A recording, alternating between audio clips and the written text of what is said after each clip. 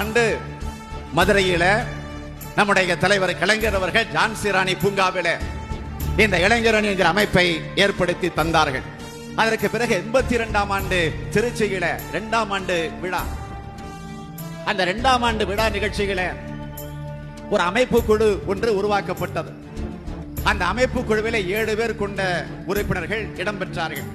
அந்த இடம்பெற்றிருக்கக்கூடிய இந்த குழுவிலே நானும் ஒருவனாக இடம்பெற்று தமிழ்நாடு முழுவதும் எங்களுடைய சுற்றுப்பயணத்தை நடத்தி அதற்கு பிறகு மாவட்ட அளவில, ஒன்றிய அளவில, நகர அளவில இளைஞரணிக்கென்று ஒரு அமைப்பு உருவாக்கப்பட்டு அந்த அமைப்பு உருவானதற்கு பிறகு இன்றைக்கு ஒரு சிறந்த அணியாக, எல்லா அணிகளை விட ஒரு சிறப்புக்குரிய அணியாக இளைஞரணி விளங்கிக் கொண்டிருக்கிறது என்பதை யாராலும் மறுக்க முடியாது.